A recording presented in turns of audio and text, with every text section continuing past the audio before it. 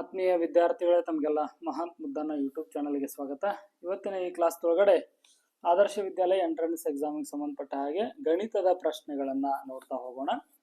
Okay, ಮೊದಲನೇ ಪ್ರಶ್ನೆಯನ್ನ ನೋಡ್ರಿ. ಒಂದು ಆಯತದ ಸುತ್ತಳತೆ 84 ಮೀಟರ್ ಇದೆ, ಅದರ ಉದ್ದ 24 ಮೀಟರ್ ಇದೆ. ಹಾಗಾದ್ರೆ ಅದರ ಅಗಲ ಎಷ್ಟು ಅಂತ ನಿಮ್ಗೆ ಯಾವಾಗ್ಲೂ ಗೊತ್ತಿರಲಿ. ಆಯತದ ಸುತ್ತಳತೆ ಆ ಆಯತದ ಉದ್ದ ಮತ್ತು ಅಗಲದ 2ರಷ್ಟು ಇರ್ತದ. ಉದ್ದ ಮತ್ತು ಅಗಲದ 2ರಷ್ಟು ಅದರ ಒಂದು ಸುತ್ತಳತೆ ಆಗಿರ್ತದ. ಸರಿ, ಇದು ಸೂತ್ರ. ಓಕೆ, ಸುತ್ತಳತೆ ಎಷ್ಟಾಗಿರ್ತದ? 2 ಗುಣಾಕಾರ ಉದ್ದ ಕೂಡಿಸು ಅಗಲ. ಸರಿನಾ? ಹಾಗಾದ್ರೆ ಉದ್ದ ಮತ್ತು ಅಗಲವನ್ನ ಕೂಡಿಸಿಕೊಂಡ ನಂತರ ಬಂದಂತದ್ದನ್ನ 2ರಿಂದ ಗುಣಿಸಿದ್ರೆ ನಮಗೇನಾಗ್ತದೆ? ಇಲ್ಲಿ ಸುತ್ತಳತೆ ಸಿಗ್ತದೆ. ಈಗ ಸುತ್ತಳತೆ ಕೊಟ್ಟಿದಾರ ಅವ್ರ, ಅದರ ಜೊತೆಗೆ ಉದ್ದವನ್ನು ಕೂಡ ಕೊಟ್ಟಿದಾರ, ಅವರು ಅಗಲವನ್ನ ಕೊಟ್ಟಿಲ್ಲ. ನಾವು ಅಗಲವನ್ನ ನೋಡ್ಬೇಕು ಈಗ. ಹಾಗಾದ್ರೆ ನೋಡ್ರಿ, ಮೊದಲಿಗೆ 84ನ್ನ 2ರಿಂದ ಭಾಗಿಸ್ಕೋಬೇಕು. ಈ 2ಅನ್ನ ಇಲ್ಲಿ ಕೆಳಗೆ ತಗೊಂಡ್ಬರ್ಬೇಕು. ಇಲ್ಲಿ 24 ಬ್ರಾಕೆಟ್ ಹೊರಗೆ ತಗೊಂಡ್ಬರ್ತೇವಿ. ಕರೆಕ್ಟಾ? ನೋಡ್ರಿ, ಈಗ 84ನ್ನ 2ರಿಂದ ಭಾಗಿಸ್ಕೊಂಡ್ರ 2 1 2 4 8 2 2. ಸರಿನಾ? ಎಷ್ಟು ಬಂತು? 42 24 ಬಂತು. ಯಾಕೆ ಇದನ್ನ ನಾವು ಭಾಗಿಸ್ಕೊಂಡ್ವಿ ಅಂದ್ರ ಇದೇನದಲ್ಲ, ಇದು ಸುತ್ತಳತೆ ಉದ್ದ ಮತ್ತು ಅಗಲದ 2ರಷ್ಟದ. ಈಗ ಅದನ್ನ ನಾವು ಮೊದಲಿಗೆ ಭಾಗಿಸ್ಕೊಂಡ್ವಿ. 42 ಬಂತ. 42 ಬಂದ್ರ ಇನ್ನ 42ರೊಳಗೆ 24 ಕಳಿಬೇಕ. 42 ಮೈನಸ್ 24. ಈ ಸಮ ಚಿಹ್ನೆಯಿಂದ ಈ ಕಡೆ ಬಂತು ಅಂದ್ರೆ ಏನಾಗತ್ತೆ? ಸಂಖ್ಯೆ ಪ್ಲಸ್ ಇದ್ದದ್ದು ಮೈನಸ್ ಆಗತ್ತ, ಮೈನಸ್ ಇದ್ದದ್ದು ಪ್ಲಸ್ ಆಗತ್ತ. ಓಕೆ, 42ರೊಳಗೆ 24ಅನ್ನ ತೆಗೆದ್ರೆ 18. ಉತ್ತರ 18 ಇದೆ ನೋಡ್ರಿ. Yes, option D is right answer. ಇದನ್ನು ತಾಳೆ ನೋಡಿರ್ಬೇಕಾರ 24 ಕೂಡಿಸು 18 ಎಷ್ಟಾಗತ್ತೆ?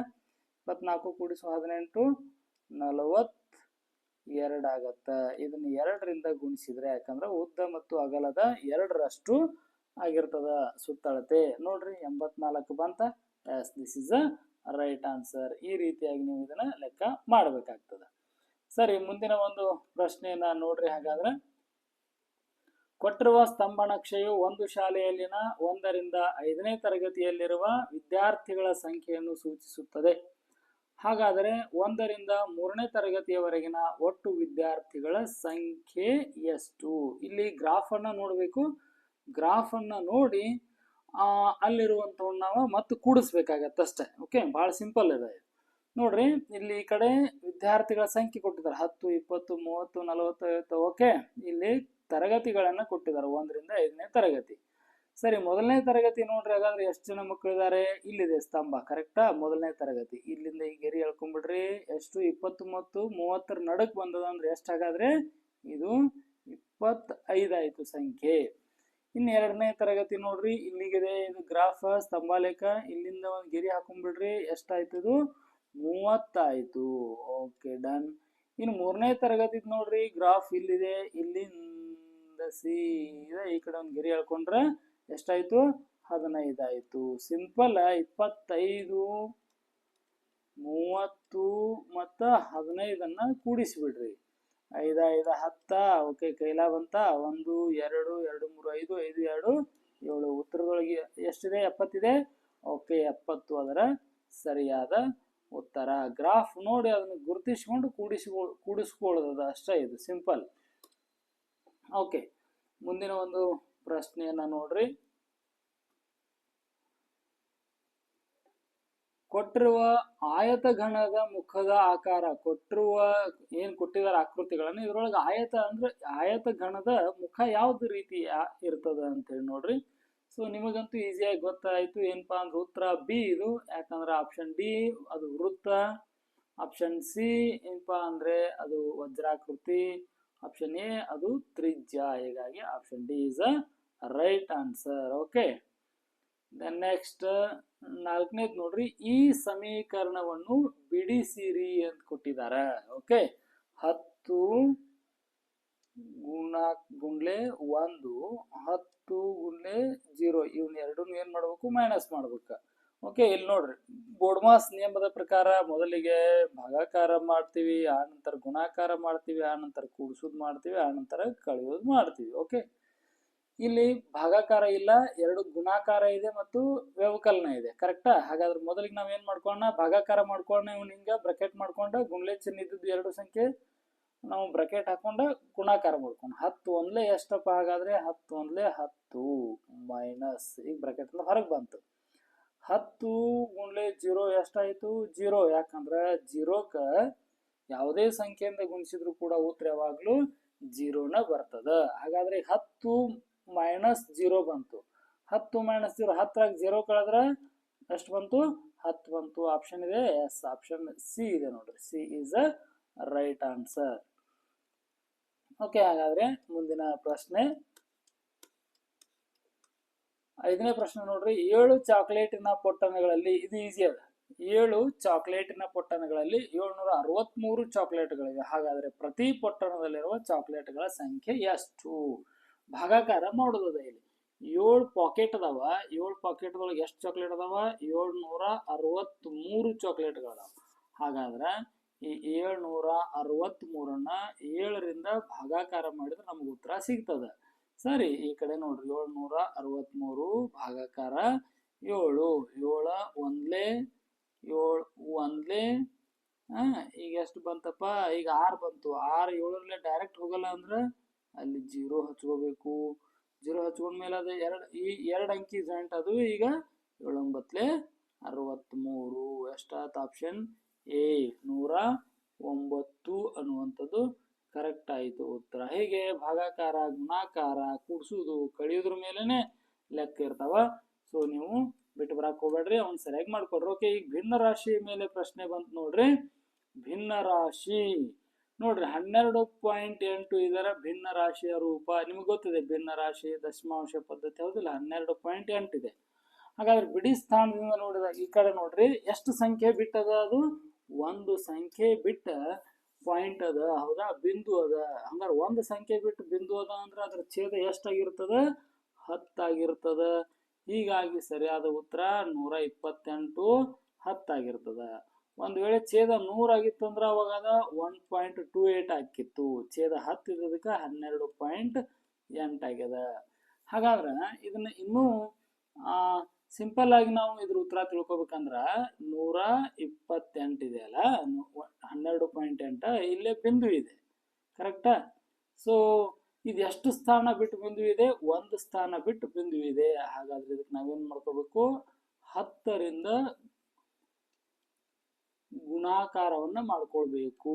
10 ಬಾರ್ 10, ಹೌದಾ?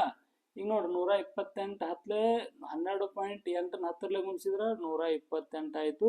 ಇಲ್ಲಿ 1 ಇರ್ತದಲ್ಲ, ಹೀಗಾಗಿ 10 ಒಂದ್ಲೆ 10 ಉಳಿತು. 128 10. Option D is a right answer.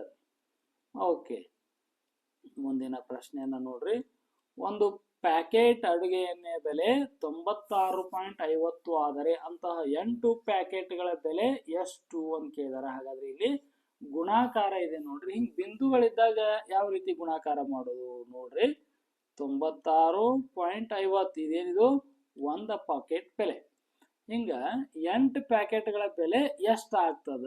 ಹೌದಾ? ಗುಣಾಕಾರ ಮಾಡ್ಬೇಕು ನಾವು. ಇಲ್ಲಿ ನಾವು 96.50ನ 8 ಸಲ ಕೂಡಿಸ್ಬೇಕು. ಅದ್ರ ಬದ್ಲಿ ನಾವು ಗುಣಾಕಾರ ಮಾಡ್ಕೊಂಡ್ ಬಿಡ್ತೀವಿ. ಈಗ ಬಿಂದು ಅದಲ್ಲ, ಬಿಂದುನ್ ಮರ್ತ್ ಬಿಡ್ರಿ. ಬಿಂದುನ್ ಮರ್ತ್ ಇದನ್ನ 9550 ಅನ್ಕೋರಿ. ಗುಂಡ್ಲೆ 8 ಅನ್ಕೋರಿ. ಓಕೆ, ಸ್ಟಾರ್ಟ್ ಮಾಡ್ರಿ. 8 0 0 ಆಯ್ತು. 8 5 ಎಷ್ಟಪ್ಪ?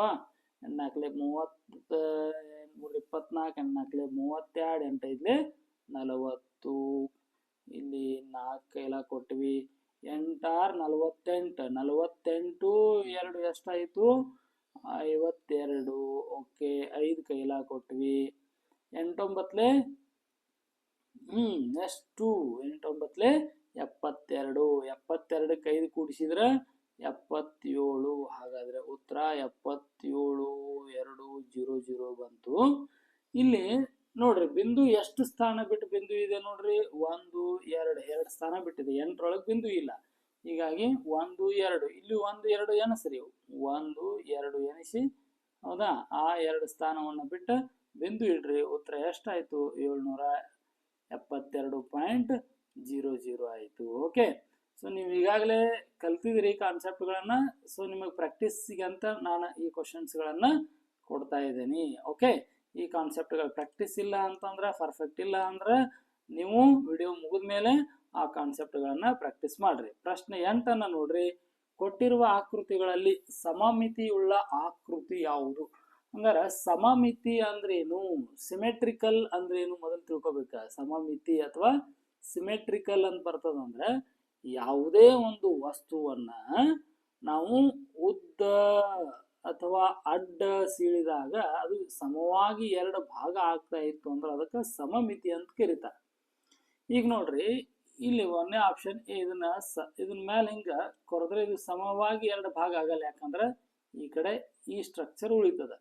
ಸೊ ಇದನ್ನ ಅಡ್ಡಗೆರೆ ಹೇಳಿದ್ರೆ ಇದು ಸಮವಾಗಿ ಎರಡು ಭಾಗ ಆಗಲ್ಲ. ಮನುಷ್ಯ ನೋಡ್ರಿ, ಇದನ್ನ ಮನುಷ್ಯ ಆಕ್ಚುಲಿ ಏನಪ್ಪಾ ಅಂದ್ರೆ ಸಿಮೆಟ್ರಿಕಲ್, ಸಮಮಿತಿ ಅದ. ಯಾಕಂದ್ರೆ ನಡಕ್ ಗೆರಿ ಕೊರೆದ್ರೆ ಸಮವಾದ ಎರಡು ಭಾಗ ಆಗ್ತದ. ಆದ್ರೆ ಎರಡಕ್ಕೆ ಯಾವ ರೀತಿ ಇರ್ತದೆಯೋ ಬಲಕ್ಕೂ ಯಾಸ್ ಇಟ್ ಈಸ್ ಹಂಗೆ ಇರ್ಬೇಕು. ಆದ್ರೆ ಇಲ್ಲಿ ಕೈ ಏನಾಗ್ಯದ, ಮಿಸ್ ಆಗ್ಯದ. ಕೈ ಹಿಂಗ್ ಕೆಳಗೆ ಬಂದದ, ಇಲ್ಲಿ ಕೈ ಮ್ಯಾಲ್ ಬಂದದ. ಅಂದ್ರೆ ಅಡ್ಡಲಾಗಿ ಸೀಳಿದ್ರೆ ಅಥವಾ ಉದ್ದವಾಗಿ ಸೀಳಿದ್ರೆ ಎಡಗಡೆ ಯಾವ ರೀತಿ ಆಕೃತಿ ಇರ್ತದೆಯೋ ಬಲಗಡೆಯು ಯಾಸ್ ಇಟ್ ಈಸ್ ಹಂಗೆ ಇರ್ಬೇಕು. ಅದಕ್ಕೆ ಸಮಮಿತಿ ಅಂತ ಕರೀತಾರೆ. ಇಲ್ಲೊಂದು ವಜ್ರಾಕೃತಿಯನ್ನು ಕೊಟ್ಟಿದ್ದಾರೆ. ಈ ವಜ್ರಾಕೃತಿಯನ್ನ ಮಧ್ಯ ಭಾಗದೊಳಗ ನೋಡ್ರಿ ಡಿವೈಡ್ ಮಾಡಿ ನೋಡ್ರಿ, ಏನಾಯ್ತದು ಈಗ ಎಡಕ್ಕೆ ಏನಿರ್ತದ ಬಲಕನು ಕೂಡ ಹಂಗ ಆಗ್ತದೆ. ಇದು ವಜ್ರಾಕೃತಿ, ಅದಕ್ಕೆ ಯಾವುದು ವಜ್ರಾಕೃತಿ ಸರಿಯಾದ ಉತ್ತರ ಆಗ್ತದ. ಅದಕ್ಕೆ ಸಮಮಿತಿ ಆಕೃತಿ ಅಂತ ಕರೀತಾರೆ. ವಿದ್ಯಾರ್ಥಿಗಳೇ, ಇಷ್ಟು ಗಣಿತದ ಪ್ರಶ್ನೆಗಳ ಪ್ರಾಕ್ಟೀಸ್ ವಿಡಿಯೋ ಆಗಿತ್ತು. ಸೊ ಗಣಿತದ ಪಾರ್ಟ್ ವಿಡಿಯೋವನ್ನು ಕೂಡ ನಾನು ಇಷ್ಟರಲ್ಲೇ ಅಪ್ಲೋಡ್ ಅನ್ನ ಮಾಡ್ತೇನೆ. ಓಕೆ ವಿದ್ಯಾರ್ಥಿಗಳ, ಚಾನಲ್ನ ಸಬ್ಸ್ಕ್ರೈಬ್ ಮಾಡ್ಕೊಂಡಿಲ್ಲ ಅಂದ್ರೆ ಸಬ್ಸ್ಕ್ರೈಬ್ ಮಾಡ್ಕೊಡ್ರಿ, ವಿಡಿಯೋವನ್ನ ಲೈಕ್ ಮಾಡ್ರಿ ಅಂತ ಹೇಳ್ತಾ ಇಲ್ಲಿಗೆ ಕ್ಲಾಸನ್ನು ಮುಗಿಸೋಣ. ಮತ್ತೆ ಮುಂದಿನ ವಿಡಿಯೋದೊಳಗಡೆ ಗಣಿತ ಪಾರ್ಟ್ 2 ಪ್ರಶ್ನೆಗಳನ್ನ ನಾವು ನೋಡ್ತಾ ಹೋಗೋಣ. ನಿಮ್ಗೆಲ್ರಿಗೂ ಧನ್ಯವಾದಗಳು.